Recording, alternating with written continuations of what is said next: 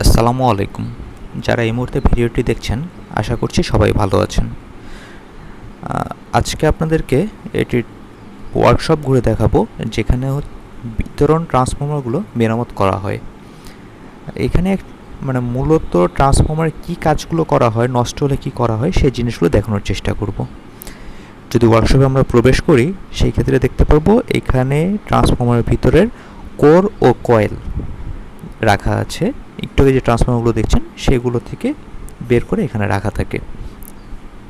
Transformer অয়েলগুলি ঝরে পড়ার জন্য শুকিয়ে আসলে ট্রান্সফর্মার কোর কয়েল খুলে দেখা হয় অ্যাকচুয়ালি নষ্টটা কোথায় হয়েছে। তো আপনাদের জন্য বলে রাখা ভালো, ট্রান্সফর্মার মূলত এইচটি কয়েলটি নষ্ট হয়, এলটি কয়েল সাধারণত নষ্ট হয় না। এইখানে এলটি কয়েল এইচটি কয়েল দুটোকে আলাদা করার পরে এলটি কয়েলটি রিওয়াইন্ডিং মেশিনের দ্বারা খোলা হচ্ছে এবং যেখানে দেখা হচ্ছে যে এলটি কয়েল মানে সুপারনামাল তার এলটি সাইডের যা তুলনামূলক একটু মোটা হয় সেগুলোর কি অবস্থা। তো প্র্যাকটিক্যালি নলেজ থেকে যদি বলা যায় সেই ক্ষেত্রে হচ্ছে বেশিরভাগ সময় এলটি সুপারনামাল তারগুলো, কপার তারগুলো মূলত ইনসুলেশন নষ্ট হয় এবং এই কোরের দীর্ঘদিন পেঁচিয়ে থাকার কারণে ভাঁজ পড়ে যায়, যেটা হচ্ছে ইনসুলেশন পেপারটি পরিবর্তন করে দেওয়া হয় এবং নষ্ট হয়েছে কিনা সেটা দেখা হয়। সুপারনামাল তারের উপরে এলটির যে সাইডটি সেটির ইনসুলেশন পেপার পরিবর্তন করার পরে রিওয়াইন্ডিং মেশিনের দ্বারা আবার এলটি কয়েলটি করা হয় এবং তারপরে এলটি কয়েলটি এই পাশে দিয়ে দেওয়া হয় এইচটি কয়েল করার জন্য। এখানে দেখতে পাচ্ছেন এলটি কয়েলটি করা হয়ে গেছে এবং তার উপরে একটি ইনসুলেশন পেপার মুড়িয়ে দেওয়া হচ্ছে এবং যার উপরে সুপারনামাল চিকন সাইজের যে তারটি আছে, অ্যাকচুয়ালি গেজ যেটির আর কি পরিবর্তন হয়, গেজের মাধ্যমে চিকন এবং মোটা হচ্ছে। এই ইনসুলেশন পেপারটি পেঁচানোর পরে সুপারনামাল কপার তার যেটি হচ্ছে এইচটি করা হবে সেটি এর উপরে পেঁচানো হবে। এটি একটি রিওয়াইন্ডিং মেশিন, যা সেমি অটো বলা যেতে পারে। বিষয়টি হচ্ছে যে সেমি অটো বলার কারণ হচ্ছে মেশিনটা অটোমেটিক ঘুরছে, কিন্তু এক পাশ থেকে আরেক পাশে তার যাচ্ছে ম্যানুয়ালিভাবে।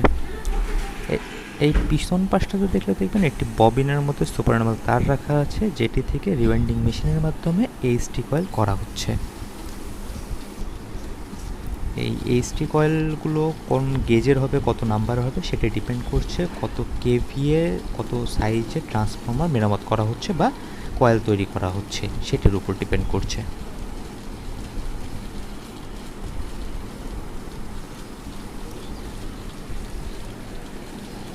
এলটি কয়েল করার পরে তার উপরে এইচটি কয়েল করা হয় এবং এলটি এবং এইচটি দুটোই হচ্ছে উইন্ডিং বা কয়েল, যা করা হয়ে গেলে এটিকে কোরের মধ্যে বসানো হবে।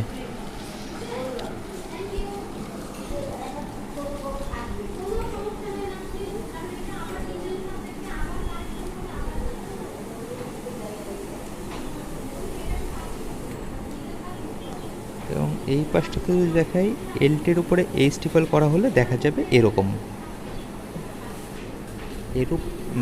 হয়ে যাওয়ার পরে এই কয়েলগুলো হচ্ছে প্রয়োজনীয় সংখ্যক করা হয়, এলটি এবং এইচটি করা হলো এই পাশে রাখা হয় এবং এইখান থেকে নিয়ে পরবর্তী ধাপ যে এই কয়েলগুলোর ভিতরে কোর কিভাবে সেট করা হয়। এই পাশটাতে যদি দেখাই তাহলে হচ্ছে অলরেডি কোর সেট আপ চলছে। তো আসুন আপনাদেরকে একটু কাছ থেকে দেখাই। এখানে বলে রাখা ভালো যে ট্রান্সফর্মার কোরের উপর ডিপেন্ড করে নো লোড লস এবং কয়েলের উপর ডিপেন্ড করে ফুল লোড লস, যেগুলো নিয়ে সামনে আরেকটি ভিডিওতে আপনার সাথে বিস্তারিত আলোচনা করব। এইখানে যে কোরটি পড়ানো হচ্ছে সেগুলো হচ্ছে সিলিকনের পাত, যা হচ্ছে একাধিক পাত থাকে এবং এই পাতগুলোকে একসাথে কয়েলের মধ্যে দিয়ে প্রয়োজনীয় সংখ্যক যেটি রয়েছে সেগুলোকে দেওয়ার পর একসাথে বেঁধে দেওয়া হবে, কোর সেট আপ হয়ে যাবে। কয়েল এবং কোর এই দুটি মেইনলি থাকে হচ্ছে ট্রান্সফর্মারের ভিতরে, যেগুলোকে হচ্ছে সেট আপ করে দিলে এরপর এটিকে ট্রান্সফর্মার ট্যাঙ্কে স্থাপন করা হবে এবং সেখানে দিতে হবে ইনসুলেশনের জন্য ট্রান্সফর্মার অয়েল। ট্রান্সফর্মার অয়েলটি একাধিক কাজ করলেও মূল কাজটা হচ্ছে ইনসুলেশনের কাজ করবে, যাতে স্পার্কিং না হয় এবং ভিতরের কোরের যে হচ্ছে কারেন্ট চলাচলের ফলে যে গরম হয়ে যাওয়া কোর বা কয়েল, সেটিকে হচ্ছে কিছুটা ঠান্ডা রাখতে কাজ করবে।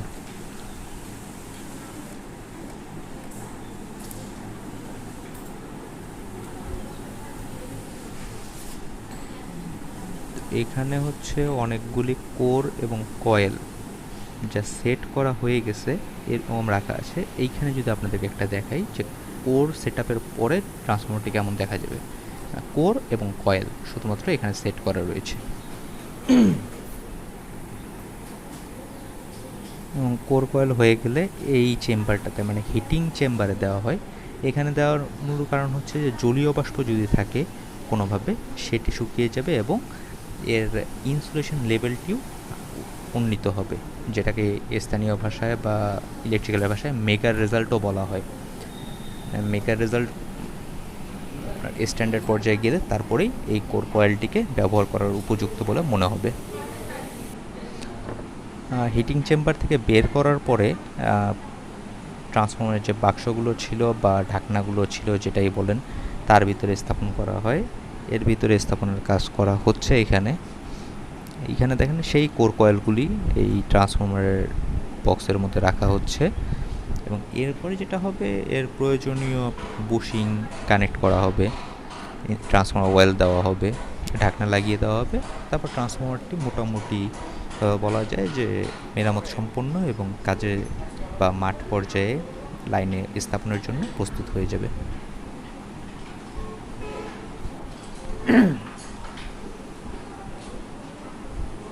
এইখানে এলটি বুশিং যা বলা হয়, সিঙ্গেল ফেজ ট্রান্সফর্মারে এলটি বুশিংগুলি লাগানো হচ্ছে মেরামতের পরে।